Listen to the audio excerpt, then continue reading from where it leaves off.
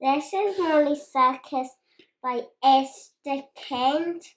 She used her imagination that her circus was her garden, and then nearly close of the end, her mum said, "Every day's a circus for you around the Molly."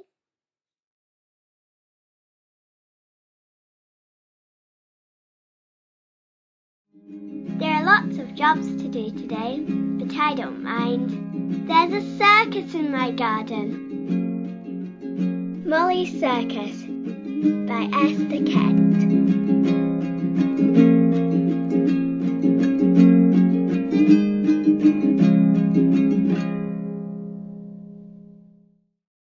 Hello, I'm Esther. I'm the author and illustrator of this brand new picture book, Molly's Circus, and it's my first picture book, so I'm super excited to be able to share it with you today. Thank you to Big Dog Festival for making this event happen, even though you're in your living room, and as you can see, I'm in my living room. I was going to film this in my studio, which is also at home where I am at the moment, but it's super messy, so I thought my living room might be a bit better. So I'd like to read Molly's Circus to you, and then we can talk a little bit about the story, and I can show you how the book was made. So I live in a small town in Scotland with my 3 kids and my husband and some chickens and a cat. So my children and my husband aren't in this book, but the chickens and the cat might be. So see if you can spot them when I read Molly's Circus to you. Molly's Circus.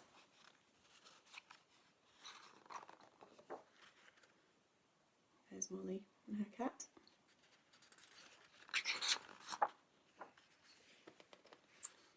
There are lots of jobs to do today.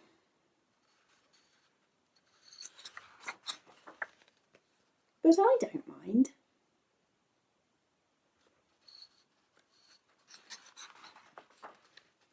There's a circus in my garden.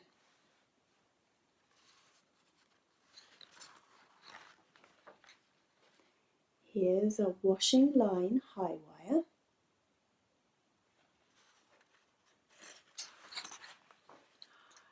Clowns carrying water.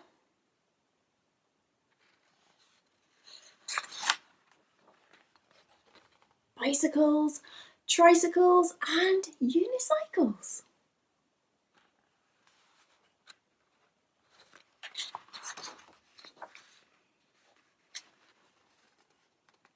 Trapeze in the trees. Feathery acrobats balancing high.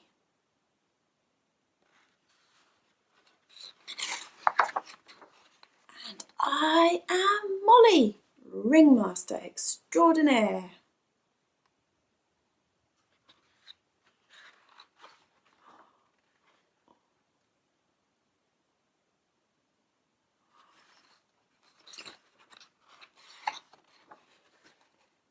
I tell Mum everything.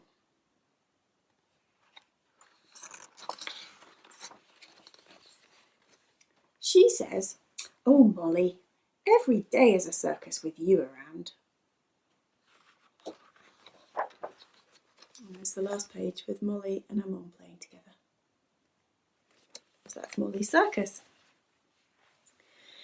So when Little Door Books, the publisher of Molly's Circus, first got in touch and said they would like to work with me on a picture book, I was super excited and really pleased. And I already had a few ideas about the sort of book that I would want to make. I had some ideas about characters who are very good at using their imaginations and having adventures without actually going anywhere. So I started working on those ideas a little bit, and I wrote the words for Molly's Circus quite quickly. It's quite a short book, but I thought of it a bit like a poem in Molly's words in the first person. So I had quite a strong idea of her character. I thought she was quite an adventurous girl. She'd probably be quite a lot of fun to play with, but she was really good at using her imagination and making up games on her own, which is just as well because her mum's quite busy. So after I'd written the words, I started working on the pictures and started working on the character of Molly, because that was the most important bit, I thought. I really love picture books where the words and the pictures work together. So you need the pictures and you need the words to make the whole story. So there are parts of Molly's Circus where there aren't any words at all. Do you remember where those are? Just at the end, when Molly's having such an amazing time and she's balancing on her stepladder, being the ringmaster. And there she is. But then, she falls off. And there are no words written for that page, because I thought that that's a part of the book where the pictures would just tell the story all on their own. There's another bit as well, the cat in the book. He's not really mentioned in the words at all, but if you see, he's got his own little story as you go through. He's always with Molly. But as she gets more and more into her adventure, he starts to look a little bit worried. He's not sure about what's going on. Definitely not sure until he's actually looking a wee bit worried about what Molly's up to. And then when she's the ringmaster, his hair is standing on end because he knows this is not a good idea. And then he runs away. So the cat's not mentioned in the words at all, but it just is in the pictures of the story. And there are other little things as well in the book. If you have a really close look, there's a snail that lives on every page, and you can have fun just seeing where he is, what he's getting up to on each page. So I love that about picture books, that each time you read it you can spot something different, and there are lots of little stories that are hidden inside the main story for you to discover. So how did I actually make the book? Well, it was quite a big learning process for me because it was the first time I've ever made a picture book. And there are a few rules that you need to keep in mind when you're making a picture book. The publishers, Little Door Books, told me what size the book was going to be.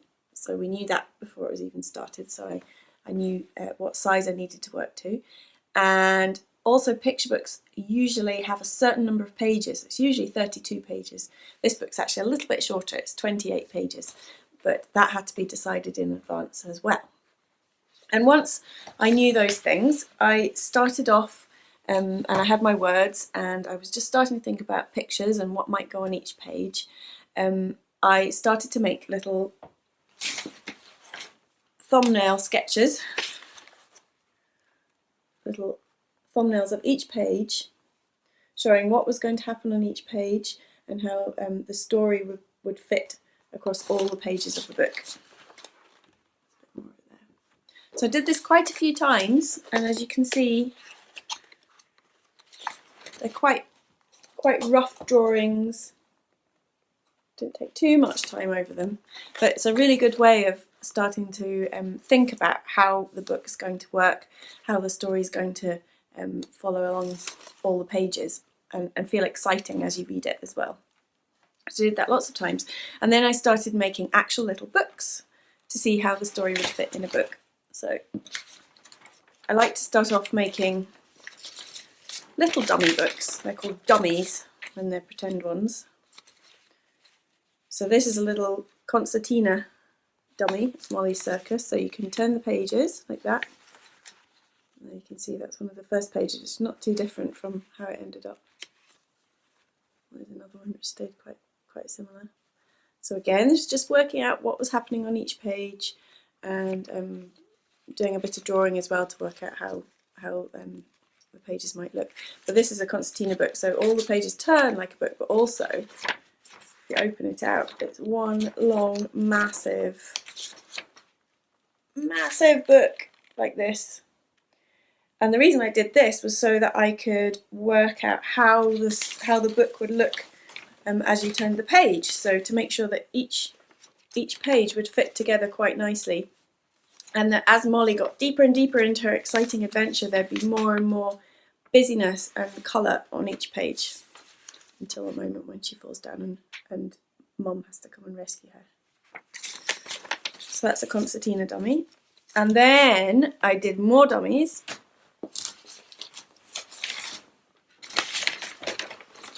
This is a bigger one. It's a little bit messy as well, but it's almost the same size as the finished book. It's a little bit smaller. But that was starting to work out what each page would look like at the right size. So there's the page where we first see Molly's garden. And this, even though it's a bigger one, this is also a concertina book. Another huge one. So that I could see how the pages fitted together.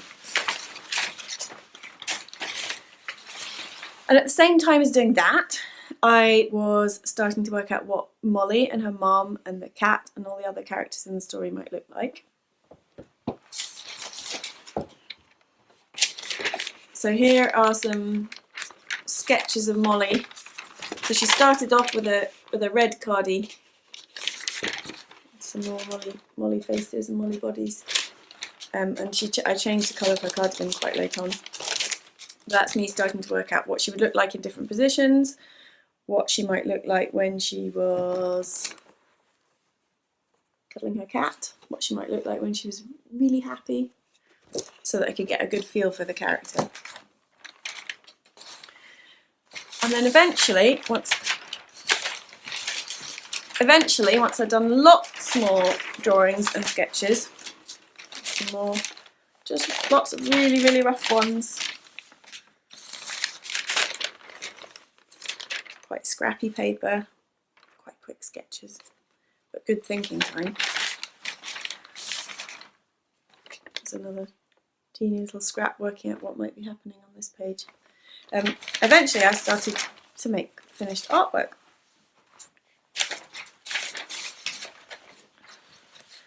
So some of the artwork for Molly's Circus was made about the right size on a page. When I make illustrations, I use all sorts of different materials. I sometimes use things like this. These are marker pens. So they're really good for putting colour down underneath on the page.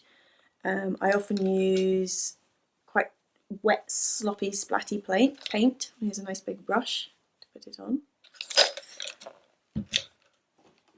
And I also sometimes use coloured pencils. These are special ones because if you get them wet or if you mix them with paint, they make different sorts of lines, so you can get quite a lot of different lines with these. And I use these coloured pencils quite a lot in Molly's Circus.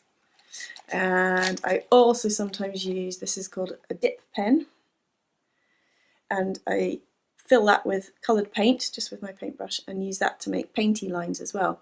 So I tried to keep the lines that were making Molly and her mum and the cat quite different from the lines that were making up the circus characters, so that they looked a little bit different.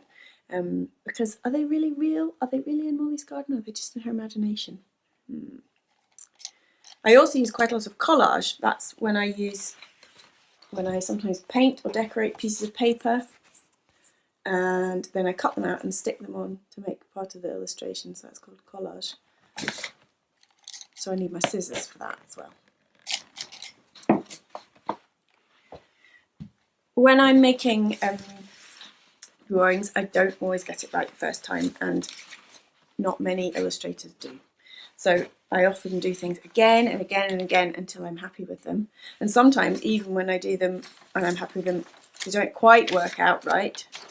So I do things like, here we go, here's a little bit of Molly running when she's playing with the feathery acrobats. But her head wasn't quite right, so I did her head again, just there.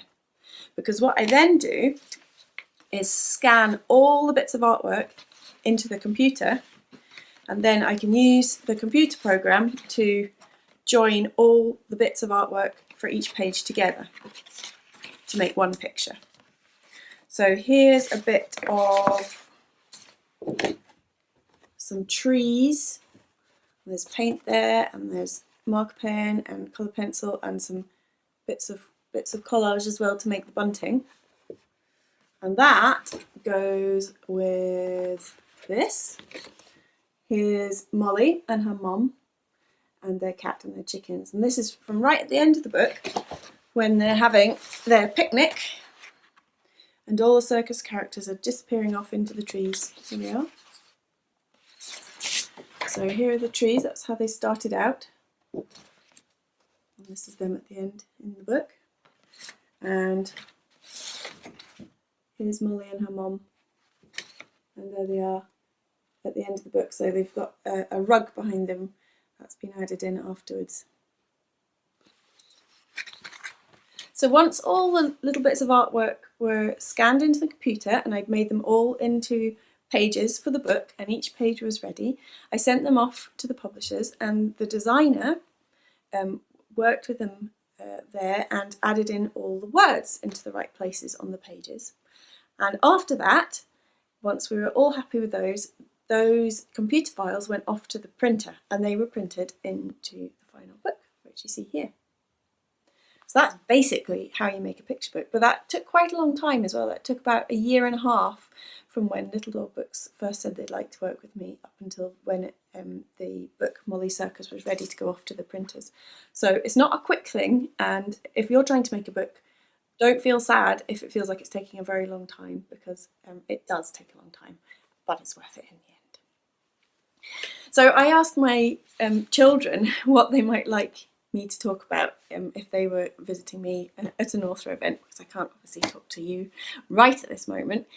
And one of the things my daughter said she'd really like me to talk about was my top tips for drawing. My children absolutely love drawing, and we do a lot of that at the moment while we're off school and at home. When I was growing up, I was really lucky because I didn't go to school until I was high school age. I was home educated during primary school years, and actually that was fantastic because it meant I had tons of time for doing creative things, for drawing, for making things, doing lots of reading. We read lots and lots of books, and I used to make little books, I used to make little characters. And my top tip for drawing is to use the time that you've got right now when you're at home and you're maybe a bit bored and maybe it's a rainy day, just to use that time to draw and to explore all of the things that you maybe don't have time to do when you're at school. So use that time really creatively, and you never know what you might come up with. My other top tip is don't worry about making mistakes. As I said before, I make a lot of mistakes when I'm drawing. It's really not a problem. Sometimes we call those things happy accidents. Sometimes when you're drawing something and you think you know how you want it to come out, or you're painting and you think you know exactly what you're doing, and then, oh no, a big splodge happens, or a line goes a bit wonky and a bit wriggly, and it's just not quite what you had in your head. Sometimes, actually, it's even better than you thought it was going to be. And we call those things happy accidents. And I'm always pleased when I have a happy accident. Sometimes things go a little bit wrong and you really do need to fix it. So one of the things I do is sometimes I just stick a wee bit of paper over. There's Molly's cat, and you see I think the paw went a bit wrong there, so I just stuck another piece of paper over and drew it again, and it's fine, it doesn't matter. And my last top tip for drawing would be just to draw all the time. But there are two different ways of drawing, I think, that are really useful, especially if you want to end up being an illustrator, maybe making books of your own. One type of drawing is sometimes called observational drawing. So that's when you're drawing what you can see around you, when you're drawing real life. And that's a particular kind of drawing because you need to look really closely at what you've got in front of you, and you need to really study it, and you need to think about what sort of shapes it's making, what kind of outline it has.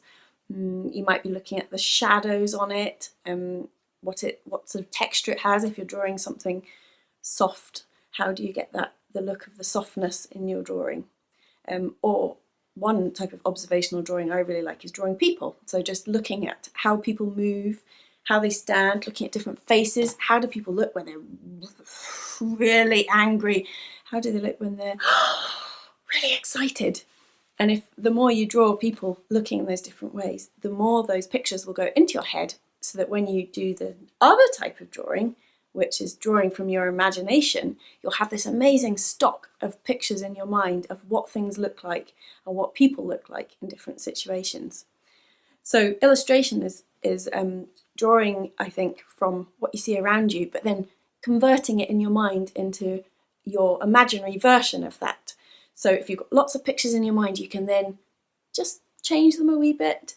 You can exaggerate them. If you're drawing somebody who's looking frightened, you might do all sorts of things to make them look even more exciting and make the picture in the end more interesting. So that's imaginary drawing. And those, I think, are the two types of drawing that are really worth doing and practicing if you want to be an illustrator or an artist. So it's a real shame we're not in the same room today, because I would love to hear what you think about Molly's Circus, and I'd love to be able to talk about the story with you.